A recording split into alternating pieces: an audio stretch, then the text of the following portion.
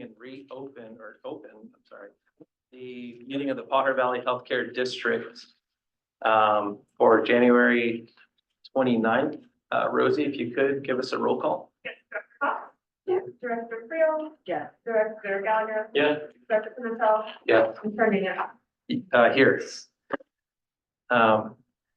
We had no closed session for this evening's Potter Valley Healthcare District meeting. Do we have any agenda modifications for consideration for tonight's meeting? No.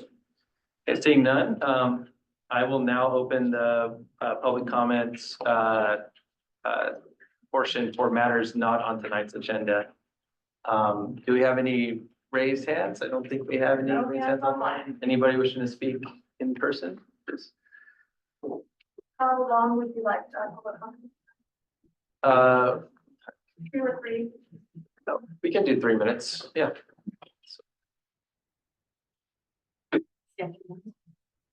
3 minutes. Rosie, if you just want to raise your hand up with like 30 seconds left, just so they can get a good sense. And my name is House McLean. I've been an auditor for 35 years. I know most of you have looked into you a very long time. And I'm just here basically to say that I am here as a team member. I am not adversarial with the management or even I never have been. We're here for the hospital to make the hospital work and to take care of our patients. I'm part of the community, other than the community, and I've always supported this hospital, whether it be on the board or at the city hall. I'm supporting this hospital when Sutter wanted to come up, whether it be going knocking on doors and so that's what you're here for, is to support that. But I also want you to look around at our people here and see these people as our members. And understand that since I've been here 35 years, there's been many, many sacrifices. I know you know, when we worked at the old hospital, I don't know if you worked at the old hospital, we didn't take pay raises and so forth to make that hospital work. Unfortunately, it did not, and it happened to sell it. We didn't sell it, sold. At the same respect, we've seen money go out of this hospital, not come back into the hospital just because of this different situations and do own the hospital. Now we're a community hospital, I'm very proud and happy about that. But again, we need to look at the members who sacrificed and say, every single one of these members, we are the foundation. I want to say we're not the most important, we're the foundation, we're the base. Without every person here, things don't get done. Rooms don't get cleaned to take care of the patients. There's APIs that happen that people are going to get infections. People don't get fed. People don't get their pharmacy. They don't get their labs and their blood works. The doctors can take care of their patients so that we can give them the best care. The hospital keeps running by people taking care of and making the hospital work, or I don't know what to say, engineering, as well as our environment who does so many different things. Every single one of us is important to understand that our hospital is different than any other hospital. You don't know that already. We're small. We have to work together. We do multitasking. Everything we do is multitasking to make it work.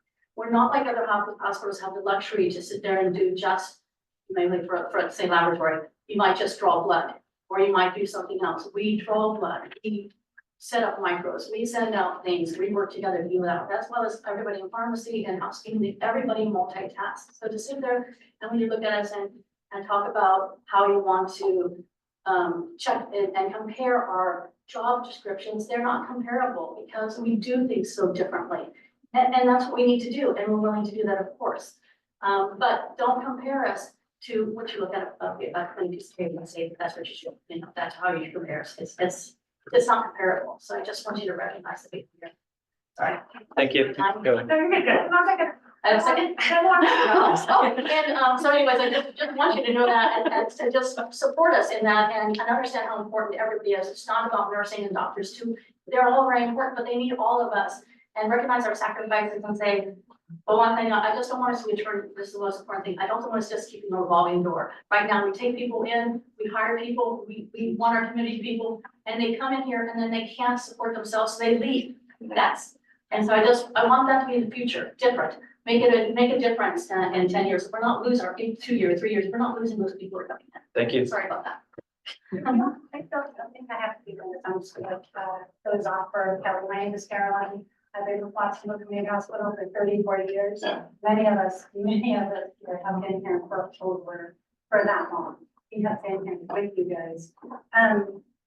What we're asking is we've been in negotiations, and the last 2 meetings, negotiations, there's no authority to negotiate. That's what you come with. So no authority to do anything. we're wasting our time there in the meetings. It's not fair. We're asking you to send somebody or to give authority to that negotiator that you send to us. Kelly already touched base on many of the things that we were going to say, but our next step is we have over 130 signatures of staff members. These are just a few, 130 member signatures. And that was just in 3 days that we collected those from our staff. It was so important for people that they came from home, from Santa Cruz, from Gilroy, from Salinas. They came because they wanted to put their names on this petition to say, we're ready for the next step. We're ready to take the next step. We're done. Thank you. Thank you.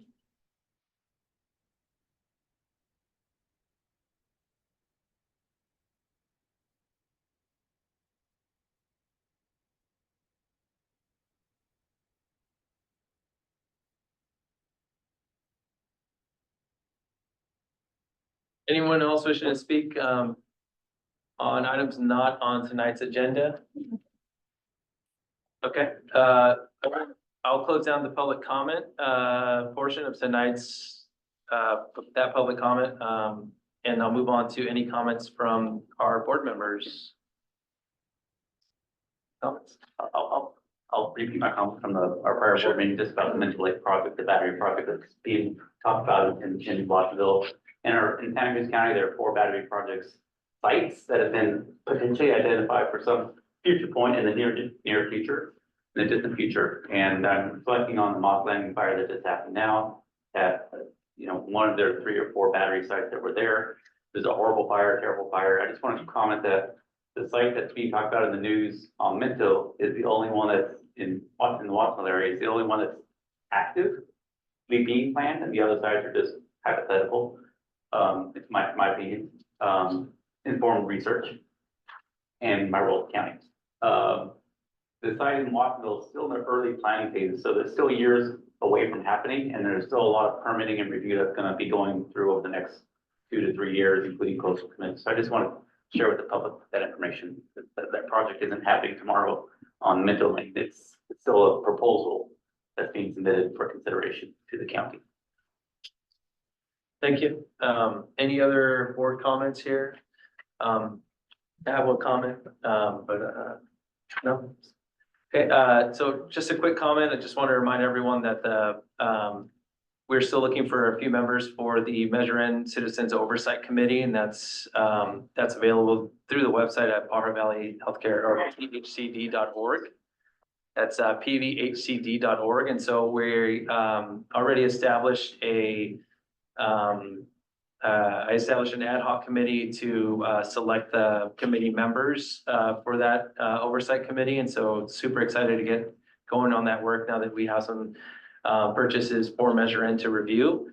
And 2025, all being told, will be a very busy year for us using some of that first round of dollars that we have from Measure N to improve Watsonville Community Hospital. So if you have an opportunity, please submit, or if you know someone who would be a good fit for that Citizens Oversight Committee, or if you want to be a part of the committee to determine and select the people who are on that committee.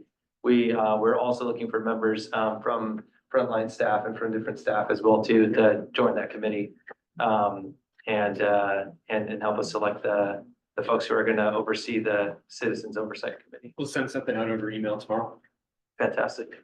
Okay, any other comments from the board members before I move on to consent agenda? Okay, so we have, I believe, 3 items. Yeah, 3 items on tonight's consent agenda for the Pajaro Valley Healthcare District. Rosie, whenever you can, you could read them off. First item is an approval from December 18th, 2024. The second item is financial officer statement of performance update for December as well. And the third item is the Pajaro Valley Collaborative Partnership. Great. Any questions about any of these items from the board to staff? No question. I'll just comment on item 2, the finance performance update, that similar comments to the prior board meeting that we were on. Over from 2019 to 2023, those 4-year periods, we lost about $110 million as a hospital. And the we is the global we, it wasn't this we. And this board took over in late September 2022, and in 2023, cut, what was this, $27 million loss in half to 13 million. And this year we're down to an $800,000 loss. So as I said before, I've never been so happy to see an $800,000 loss. So just kudos to all the staff and everybody who's involved and getting us to this point. I know there's still a lot more work to be done. Thanks and kudos. Any other questions about any of these three items? Okay, I'll open up to public comment. I don't see any attendees online. Anyone here with us wishing to speak? No raised hands. I'll close down the public comment and I'll just make a quick comment and thank Steve and June as well too, who's our foundation executive director, who's not here with us right now, but just thank you to both of them for their work on item number 3, the Pajaro Valley Collaborative Partnership Agreement. When I think about the pluses and the influence that we have in our community and how we're bigger than just a hospital, and the push and pull that we have within our community and our legislative representatives and everything else that influences health and wellness. I think about these sorts of groups and the PV Collaborative. It's a partnership between a bunch of different folks from throughout not only Santa Cruz County, but also in Monterey County. So that includes our community-based organizations, the County of Santa Cruz's Health Services Agency, City of Watsonville as well too, and the local school district, the Pajaro Valley Unified School District. And these are the sort of things that I think are essential for us to be a part of. And Steve has not only taken on that responsibility of being a part of, but has taken on some really significant leadership roles within that group. And so just appreciate both you and June and being really active in this agreement. And I'm happy to see that after a few years of getting their sea legs underneath them, that this group is moving forward and is getting some great work done. So happy to see this in our consent agenda tonight. With that being said, I'll entertain a motion for the consent agenda. Move approval. We got a second. Gallagher, thank you. Dr. Cox, Dr. Friel, Dr. Gallagher, Yes. Dr. Pimentel, Yes. Dr. Higgins. Yes. Okay, so we have just one discussion item tonight for the Pajaro Valley Healthcare District. And it is the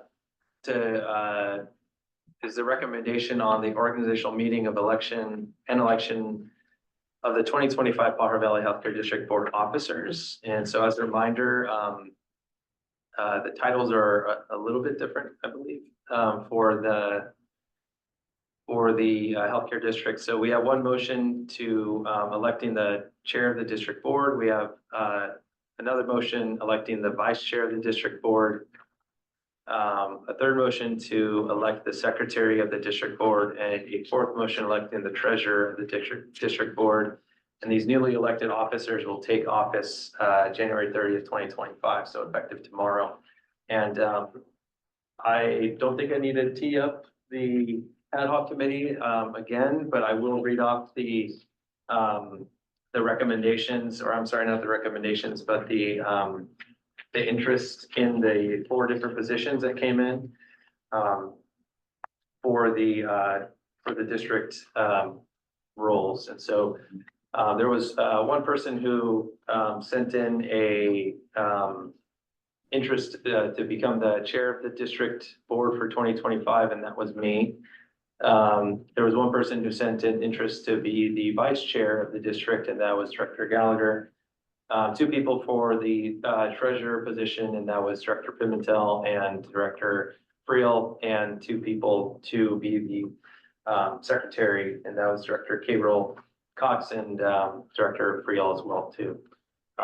So we'll take these individually in the same way that we did with the hospital corporation item. And with that being said, before I open up to public comment, I'll ask it, or I'll turn it over to my fellow board members for any questions of the committee that we set up or of staff for this before I open up to public comment. Any questions? No? Okay. Noel, I have a quick question. Is it customary, or I don't know what the right term is, for the boards to reflect one or the other, or is it fine that they operate independently and officers can vary in terms of levels from board to board, I suppose? That makes sense. So there's no rule that says they have to be the same, but it does make it easier for staff in terms of when things get signed. And when you do certain procedural matters, but there's no law that says the secretary of the corporation has to be the same person as the secretary of the district. I will second that from staff standpoint, the simplicity of having them be as, they be simple. Yes. Okay, that being said, I'll open up to public comment, on, it's okay if let me back up a little bit. Do we want to approach them from the chair first and then down that way, or would we want to go secretary, treasurer, chair, vice chair as we did previously, or do we feel one way or? Okay. Joe, anything? No, I don't think it matters. Okay, so we'll go from the top. We'll go for the chair first. Any public comment on the election of the board chair for 2025? Don't see any hands raised online. No hands raised in person. I'll close down the public comment and I'll entertain a motion for the board chair for 2025. I move nomination of Tony Nunez for board chair for the district for 2025. Looks like Gallagher and. I'll take roll on that. Director Fox? Yes. Director Creel? Yes. Director Gallagher? Yes. Director Pinto? Yes. And Attorney Okay, we'll go down to vice chair. Any public comment on this? I'll open up the public comment. And no hands raised online. Don't see any hands raised here with us.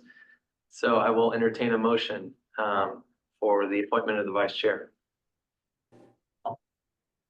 Move to nominate Joe Gallagher as vice chair. My motion. I'll second that. And that was Pinto and. Roll on that. Director Fox? Director Creel? Yes. Director Pinto? Yes. Attorney Nunez? Yes. And Director Gallagher? Yes. Okay. Any public comment on the election of the treasurer? I don't see any hands raised online. No hands raised in person. And I'll bring it back to the board for a motion. We're at treasurer. I'm sorry. I'll make a motion. I'll amend my motion. For Director Pimentel to be treasurer. I'll second that. Yeah. Gallagher and Nunez, thank you. I'll take roll. Director Cox? Yes. Director Creel? Yes. Director Gallagher? Yeah. Attorney Nunez? Yes. And Director Patel? Just for a point of clarification, because it was Dr. Gabriel Cox who nominated. Oh, You said yeah. sorry. He was using her inside voice, so you might not. Insights. Okay. I got everything else. Yeah. Thank you. And now any public comment, I'll open up the public comment for the election of the secretary. I don't see anyone online. I don't see any hands raised in person, and so I'll close down the public comment and bring it back for a motion for the secretary. Now I'll make my motion. Director, I'll second that. I'm sorry, could you repeat the motion?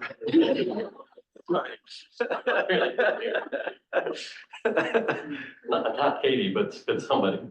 She nominated I'll- Director for. Fabulous, thank you, Mike. Secretary. And that was Fox and Nunez. Mhm. Yeah. That was Yes. All right, I'll be rolling that. Director Bob? Dr. Gallagher? Yeah. Director Pimentel? Yes. Director Nunez? Yes. Director Rio?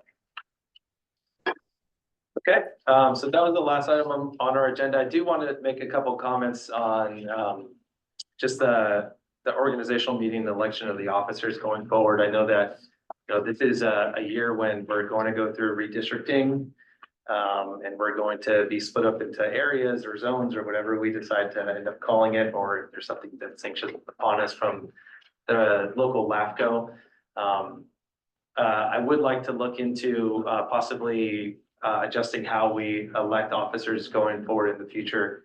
I do see in other jurisdictions, other special districts, city councils as well too, and supervisorial seats as well, that the rotating president and vice chair system works very well. And so just some direction for staff that as we're looking forward and how we're making changes and as a district, and just how we might adjust the election of the officers in the future, so that we could have it rotate from year to year to year.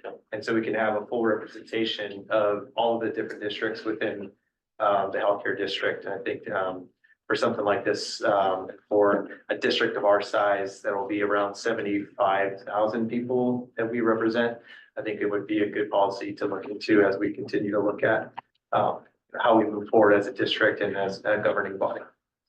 Thanks for that. Can I just ask Lisa clarification? I know these are just comments, but sure. I think that, I appreciate the comments. I think as an ad hoc, we were talking about that, and I think that's very happy to hear that. So thanks for bringing it up. But I believe my hope is that that's focused on the chair, vice chair roles. Yes, that the treasurer secretary don't necessarily have to have vocation roles. Thanks. Yeah, so sort of the same system that you'll see in city councils, where the mayorship will rotate from one district to another district, and you know, as an effort, in an effort to have all of the districts have a representative at the helm of the city or whatever organization they're at that year. I think that works really well, and it's essential for community involvement, especially as we move to district elections coming forward in 2026. Okay, I will adjourn our meeting. If there's nothing else. All right, thank you.